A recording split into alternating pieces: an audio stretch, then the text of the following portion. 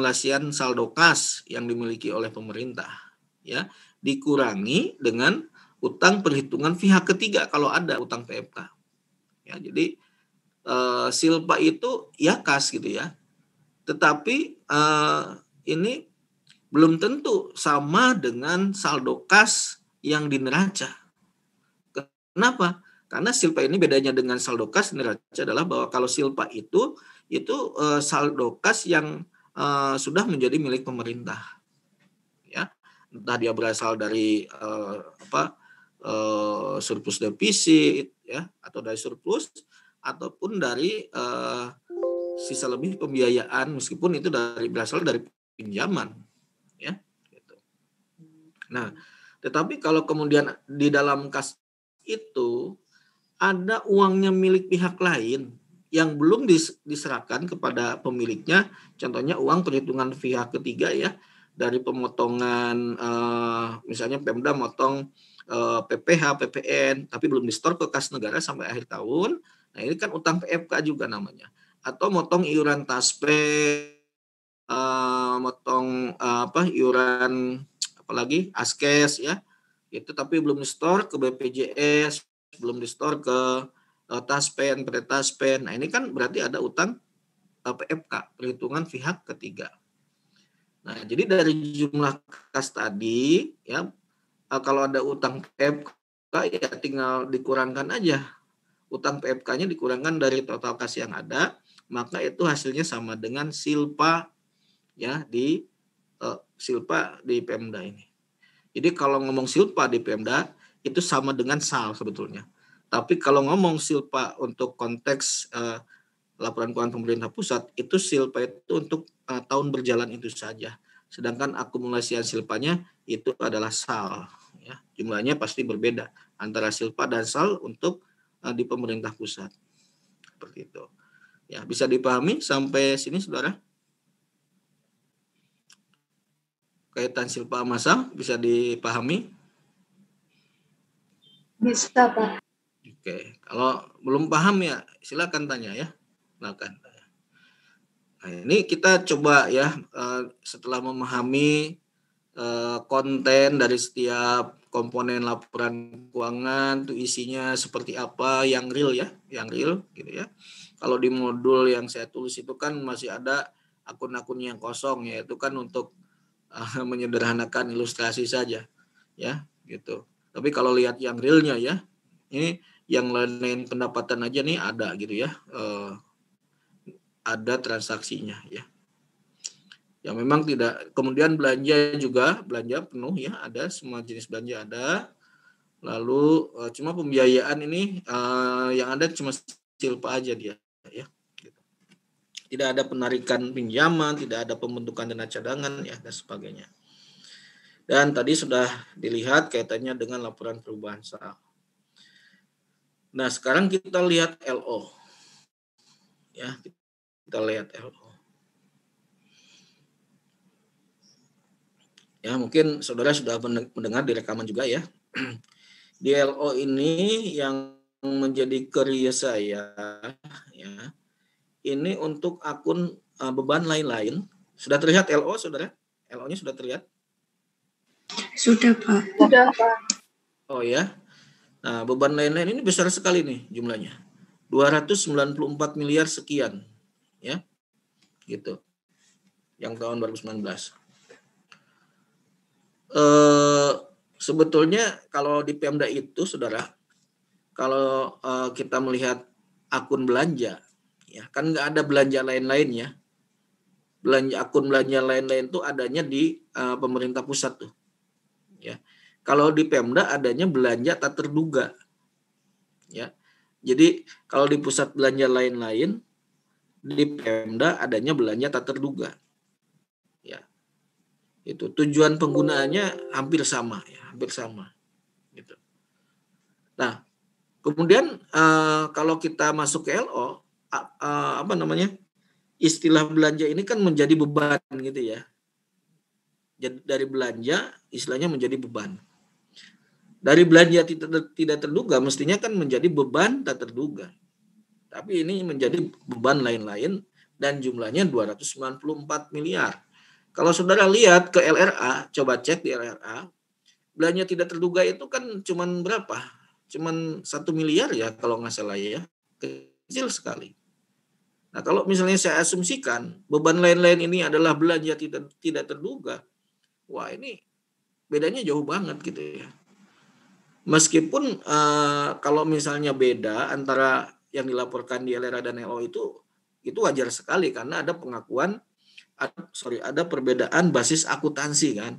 LRA basis kas, sedangkan LO basis akrual. Cuma jarang juga sih kalau untuk belanja tidak terduga itu ada pengakuan belanja tidak terduga yang terutang, tuh jarang sekali itu. Ya. Sama juga dengan belanja gaji dan beban gaji. Itu biasanya jumlahnya di LRA dan LO itu biasanya sama. Nggak ada gitu belanja gaji yang terutang, itu jarang sekali itu. Sehingga jumlah di LRA dan LO itu biasanya sama ya. Gitu. Jadi, belanja gaji di LRA dan beban gaji di LO itu biasanya sama. Ya. Ini caranya gimana supaya kita bisa mendapatkan keterangan ya terhadap apa yang menjadi pertanyaan kita. Ya caranya tinggal lihat catatan atas laporan keuangan. Nah, cuma sayang sekali saya browsing calegnya ini nggak dapet nih ya. Tolong nanti dibantu ya. Saya belum dapat, tolong di browsing untuk catatan atas laporan keuangan Pemkot Surabaya untuk tahun yang berakhir 2019, Desember 2019 ya ini. Nah, kalau saudara dapatkan calegnya itu bisa diperoleh itu keterangannya. Ini beban lain ini isinya apa sebetulnya ya? Beban apa gitu ya? Itu satu. Yang kedua, beban luar biasa juga besar nih. 392 miliar. Ya, beban luar biasa itu kan contohnya misalnya kerugian akibat terjadinya bencana alam atau bencana sosial ya. Bencana itu kan bisa bencana alam, bencana sosial kayak kerusuhan, kayak lumpur lapindo, nah itu bencana sosial. Kalau bencana alam ya memang alam yang nggak bisa, biasanya ya faktor alam ya. Gitu. Kalau bencana sosial mungkin bisa alam, bisa juga faktor human error ya. Gitu. Nah itu misalnya ada gedung nilai perolehannya misalnya 1 miliar. Akumulasi penyusutannya 700 juta. Sehingga nilai bukunya 300 juta. Nilai bukunya ya 300 juta. Gedung ini roboh karena ada gempa.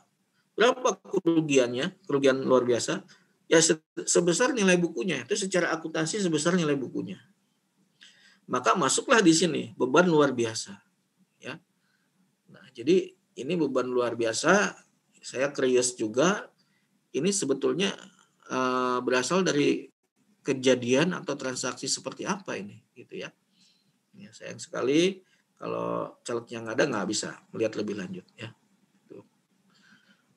Nah lalu saudara coba cek ya surplus defisit LO di LO ini sendiri apakah sama dengan surplus defisit LO yang dilaporkan di LPE. Itu harus sama ya. Ini sudah sama sih ya, sama. Lalu menghasilkan ekuitas akhir. Lalu cek lagi ekuitas akhir di LPE ini apakah sama jumlahnya dengan di neraca? Harus sama. Nggak boleh beda. Dan ternyata sama ya, sama. Kemudian jumlah kewajiban ditambah jumlah ekuitas harus sama dengan jumlah aset.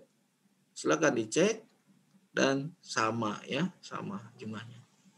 Ini ya cara mereview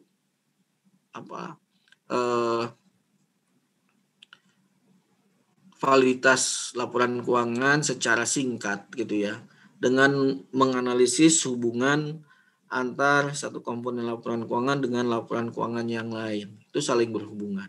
Ya. Lalu saudara lihat ya sekarang untuk mengaitkannya dengan laporan arus kas, ya kan tadi LRA sudah, LPSAL sudah, LO sudah, LPN, neraca sudah, kita lihat hubungannya. Sekarang hubungannya dengan laporan arus kas. Ya, laporan arus kas. Oke. Jadi kita ini kan penjelasannya sudah ada di video ya, link rekaman video Zoom yang saya ini ya. Saya langsung ke ini aja, ke akhirnya aja. Ini saldo akhir kas ini sekian ya. Kalau di neraca kan ada beberapa akun kas ya. Ada kas di Kasda, ada kas yang di BUD, ada kas di Kasda, kas di BLUD, kemudian kas di BOS dan Kapitasi ya. Kemudian ada kas di Bendahara Pengeluaran SKPD, kas di Bendahara Penerimaan SKPD. Ya, dijumlahkan, nah, total akhirnya harus sama dengan saldo akhir kas di laporan arus kas. Saya jelaskan juga untuk kas, kenapa masih ada kas di BLUD, BOS Dana Kapitasi. Jadi Satker yang statusnya BLUD, dia kan menerima pendapatan ya dari layanan jasanya ya, dan uangnya itu bisa masuk rekening kas BLUD itu sendiri. Tidak harus di-store ke rekening kas daerah. Berbeda dengan Satker atau SKPD yang non BLUD. Dia menerima, maka harus segera di-store ke Kasda. Ya, tidak bisa menggunakan langsung gitu uang kas yang diterima itu untuk SKPD non BLU. Ya, di pusat juga sama begitu. Oleh karena itu pasti ada saldo kas di BLUD, saudara. Ya, karena tidak harus di-store ke Kasda. Kalau kasnya tadi berasal dari penerimaan layanan BLUD. Ya, kalau di pusat, saudara, itu pendapatannya PNBP namanya ya, pendapatan negara bukan pajak. Itu pendapatan BLU. Ya, kalau di Pemda, ya, yang pasti bukan pendapatan dari pajak, ya, itu dari retribusi, ya, dari retribusi. Ya, kan kalau di Pemda itu kan nggak ada namanya PNBP ya, pendapatan negara bukan pajak, tapi adanya retribusi dan pendapatan yang lain selain pajak. Ya. Lalu apa ini saldo kas BOS ini bantuan operasional sekolah ya. Jadi itu transfer dari pusat ke Pemda, tetapi langsung ditransfernya itu ke rekening bendahara sekolah. Dan menurut peraturan ya saldo kas BOS yang ada di rekening bendahara sekolah ini tidak harus di-store ke kas daerah ya. Nah, sehingga di sekolah-sekolah itu masih melaporkan adanya saldo kas di bendahara BOS. Kalau kapitasi ini adalah uang penggantian layanan yang diberikan oleh BPJS kepada puskesmas. Puskesmas kan misalnya memberikan layanan kesehatan, rumah sakit umum pemerintah memberikan layanan kesehatan kepada masyarakat yang menggunakan askes, yang menggunakan BPJS ya, gitu. Nah, kemudian rumah sakit puskesmas kan mengklaim ke BPJS. Nah, ada yang namanya dana kapitasi.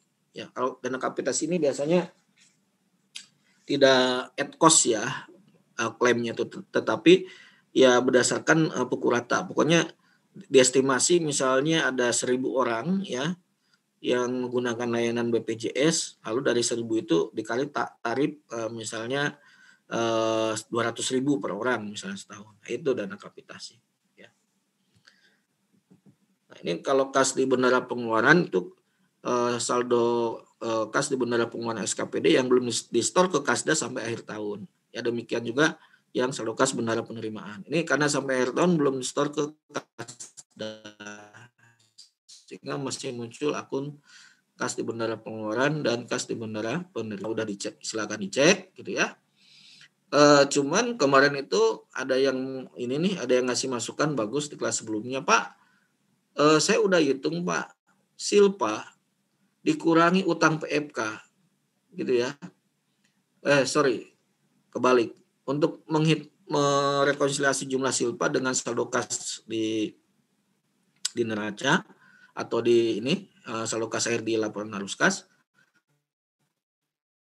Jadi saldo kas akhir di LAK ini dia kurangkan saldo PFK. Ya.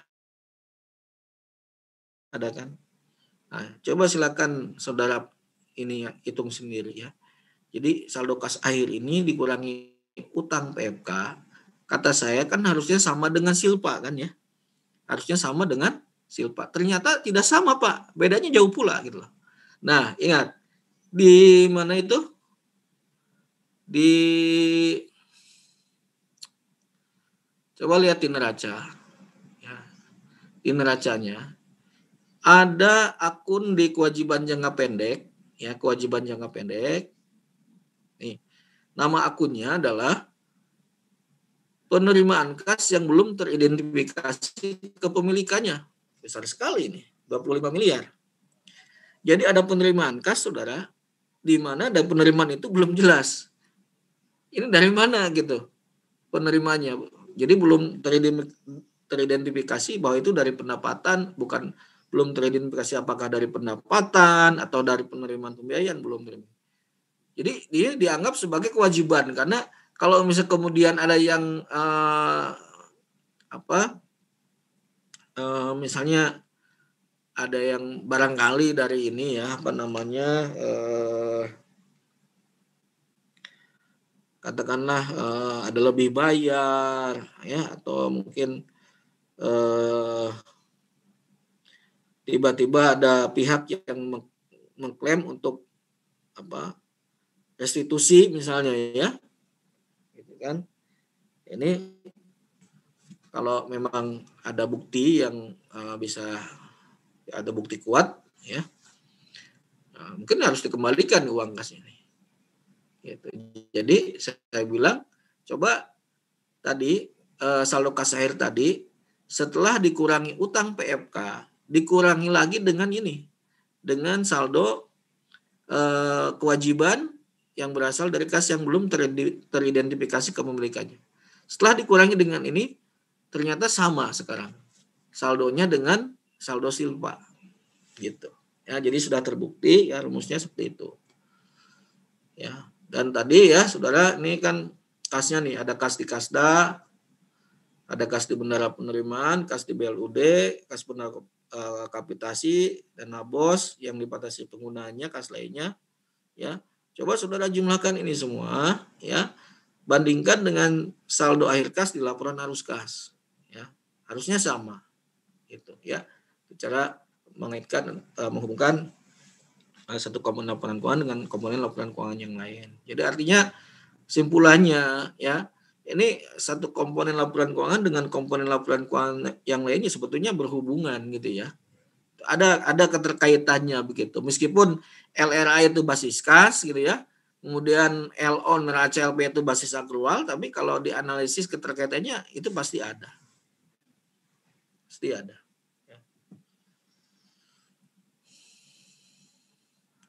Jadi begitu ya yang ingin saya tekankan ya untuk materi pertemuan ke-13 ini, untuk melihat konten dari laporan keuangan dalam bentuk yang real ya, disusun oleh neraca Pemda yang sebenarnya seperti apa, kemudian menganalisis kaitan atau hubungan antara satu komponen laporan keuangan dengan komponen laporan keuangan yang lainnya, maupun antar satu elemen atau satu akun dengan akun yang lain dalam komponen laporan keuangan yang sama. Misalnya tadi total aset itu harus sama dengan total kewajiban dan ekuitas, dicek gitu ya, sama enggak. Kalau enggak sama udah pasti salah gitu neraca itu.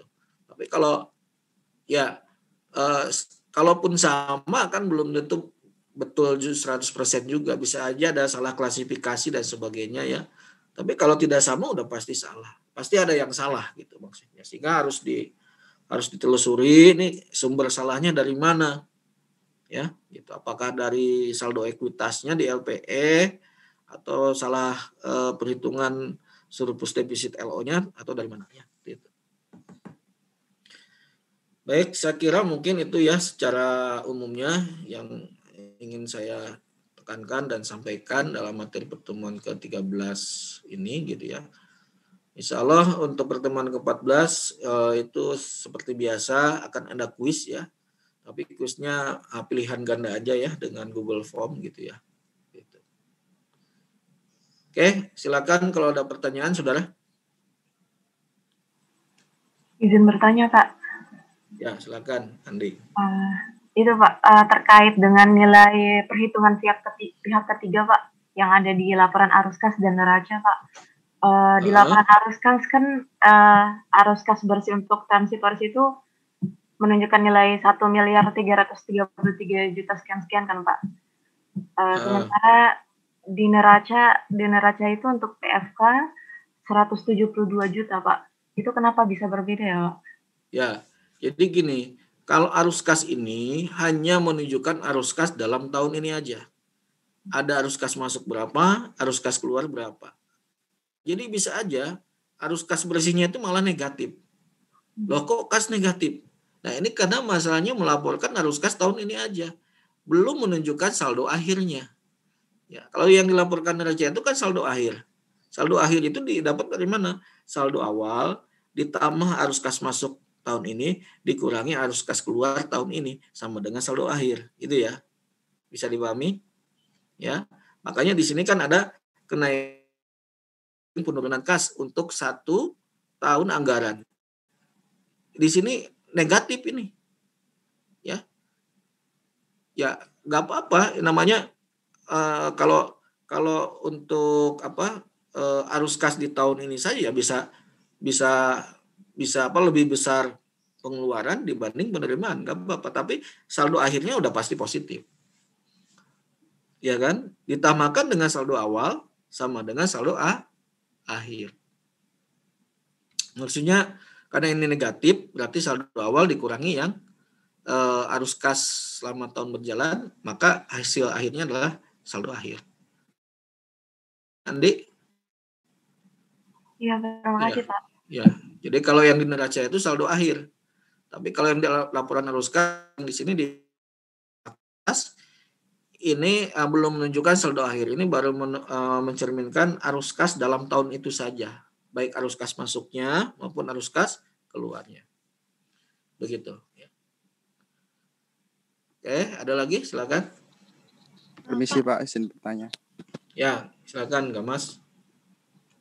Untuk penanganan pandemi COVID-19 itu masuknya apakah beban luar biasa ya Pak? Terkait kriteria beban luar biasa itu kan kriterianya jarang terjadi ya Pak. Sedangkan COVID itu kan sudah terjadi di 2 tahun belakangan ini ya Pak. Tahun 2020, 2021 artinya kan sudah sering terjadi ya Pak. Lah itu masuknya beban mana ya Pak? Terima kasih. Ya, jadi COVID ini kan termasuk bencana sosial ya, pandemi ya. Definisi yang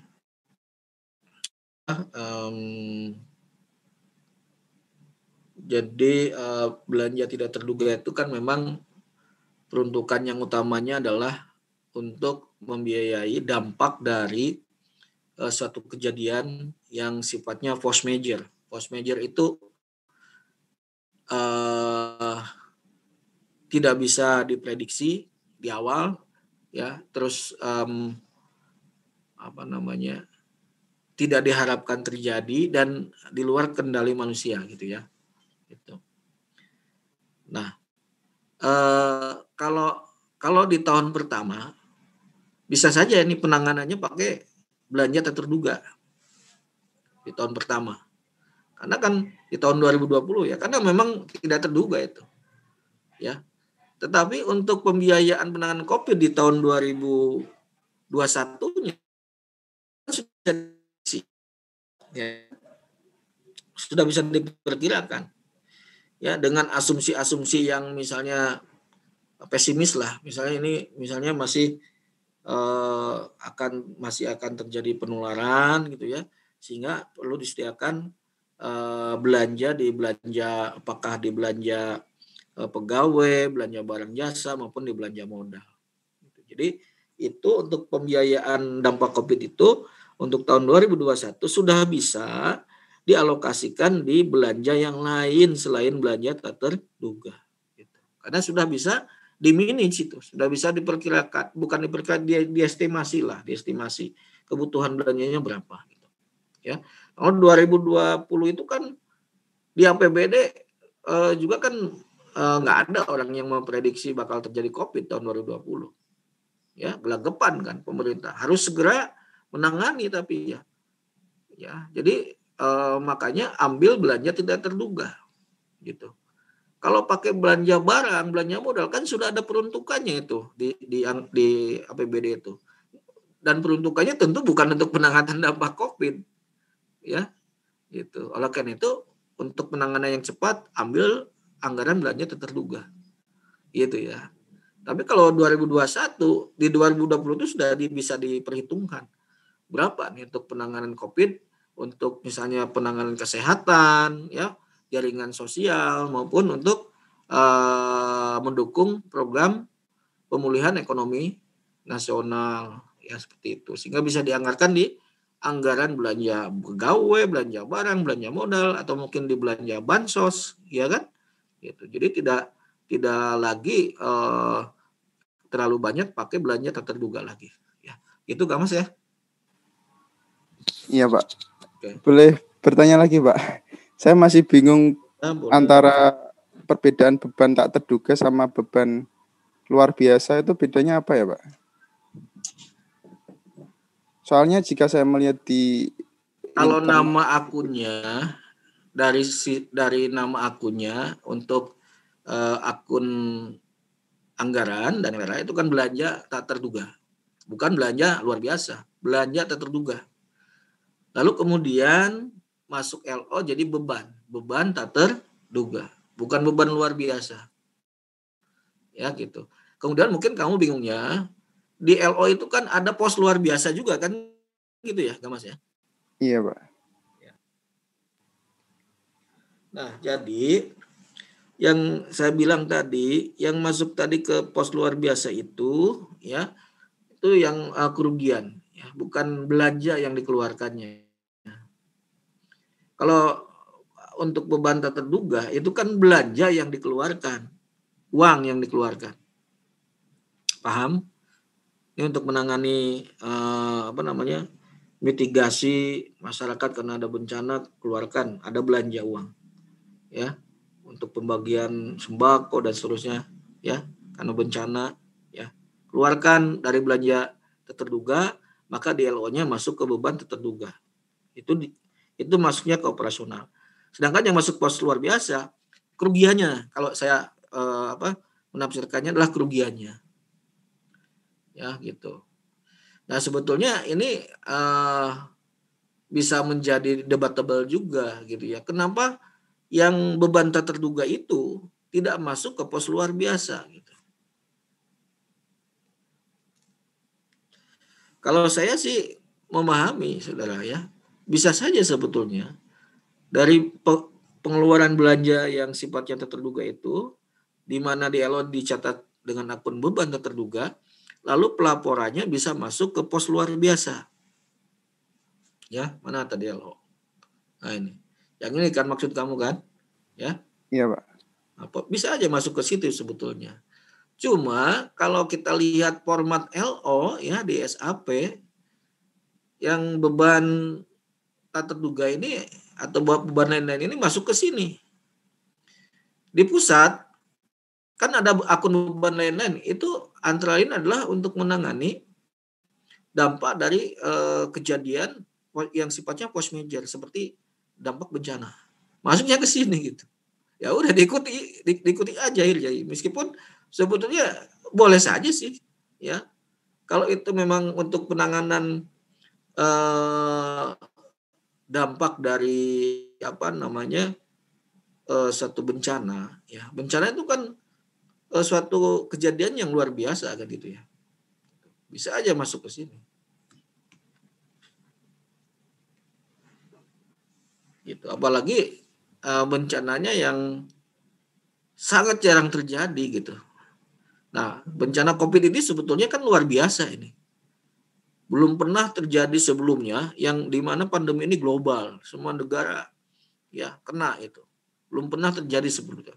Meskipun sebelumnya sudah ada yang namanya pandemi virus flu burung dan sebagainya, tapi kan itu dari skalanya itu kan tidak global ya, di negara tertentu aja. Gitu. Kalau COVID-19 ini kan global itu merata ya, semua di seluruh negara di dunia. Luar biasa kan, belum pernah terjadi sebelumnya. Gitu.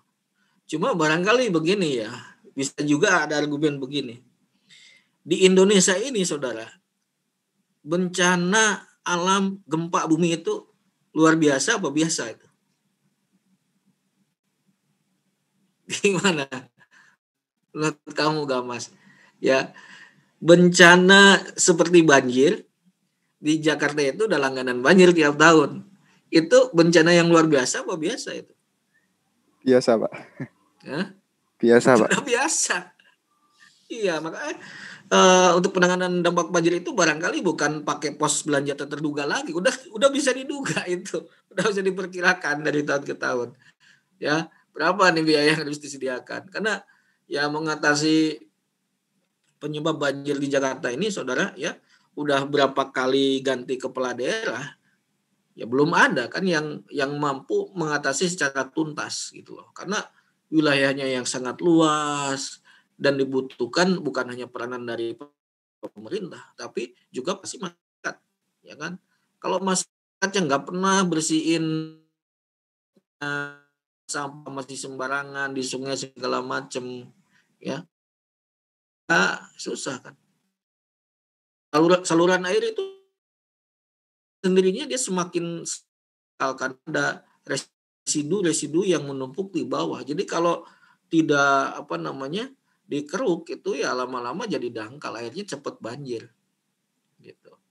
Cuma masalahnya banjirnya apa cepat reda surut atau membuat genangan yang lama, itu aja ukurannya ya. Nah, saya lihat di Pemkot Surabaya juga ya yang jauh lebih kecil wilayahnya dan pompa airnya itu udah banyak dipasang 5, masih sempat banjir juga, cuma masalahnya itu banjirnya itu cepat surutnya oleh pompa. Di situ aja lihatin dari penanganan. Kalau sama sekali banjir rasanya mustahil ya. Gitu. Karena ini kalau ngeruk selokan itu kan kalau pas masuk garasi kan itu sudah dicor ya. Harus bongkar cocoran setiap tahun, nggak mungkin juga. Ya, jadi memang seperti itu ya. Gitu, Mas ya. Berarti beban luar biasa tuh termasuk beban tak terduga juga, Pak, di dalamnya.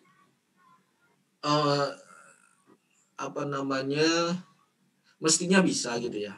Kalau menurut saya mestinya bisa. Cuman karena di contoh format LO ya, beban tak terduga atau kalau di pusat beban lain itu sudah diplot di sini. Ya, di pendapatan atau beban operasional. Seperti itu. Sehingga menurut saya udah nggak masuk sini nih, nggak masuk pos luar biasa. Ya, yang masuk pos luar biasa saya punya contoh itu kalau terjadi kerugiannya gitu ya, kerugiannya seperti ada bangunan roboh. Nah, kalau di LO kan diakui berapa kerugian dari bangunan roboh, ya kan? Kerugiannya berapa? Ya ambil dari nilai buku gedung itu. Tapi kalau di LRA kan enggak, karena LRA basis kas. Kerugian gedung roboh ya itu bukan belanja kan, belanjanya itu ya belanja modal ketika membangun gedung baru keluar belanja. Nah, ini pengakuan kerugiannya itu ya pengakuan itu harus akrual kan. Kalau basis kas nggak bisa. Gitu.